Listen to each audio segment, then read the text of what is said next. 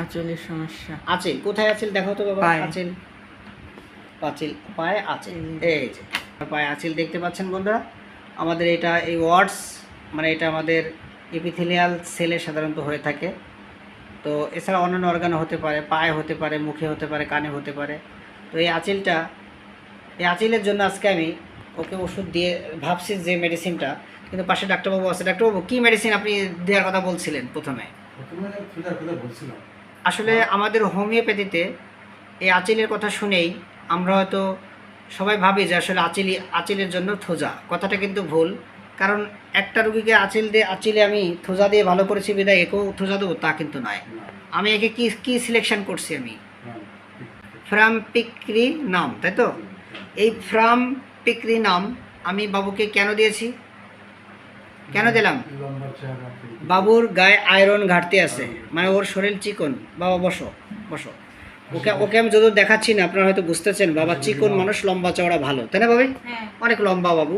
তো আমার এই বাবাকে আমি ফ্রাম্পিক্রি নাম, এই ফ্রাম্পিক্রি নাম 200 আমি দিয়েছি। এই যে ফ্রাম্পিক্রি নাম।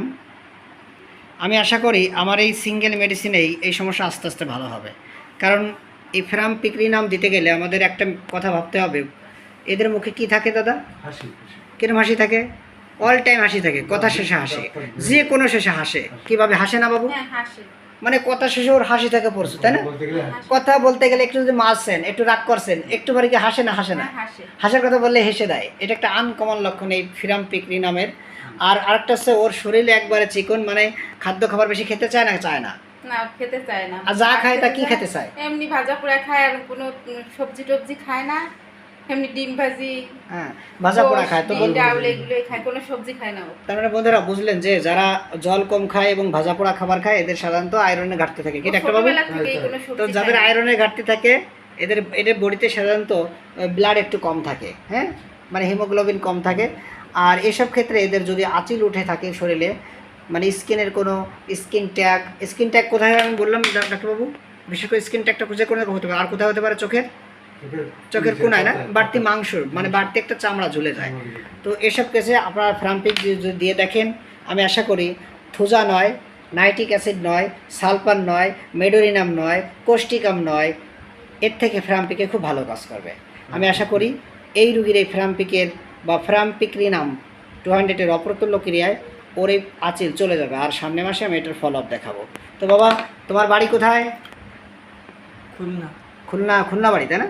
আচ্ছা, খুলনাতে বাড়ি আমার খুলনা চেম্বারে, আমার এই চেম্বারের রুগী। আমি ওকে দেখাচ্ছি না, কারণ কোন ক্লাসে পড়ো বাবা? 8-এ পড়ে। আমি ওকে দেখাচ্ছি না।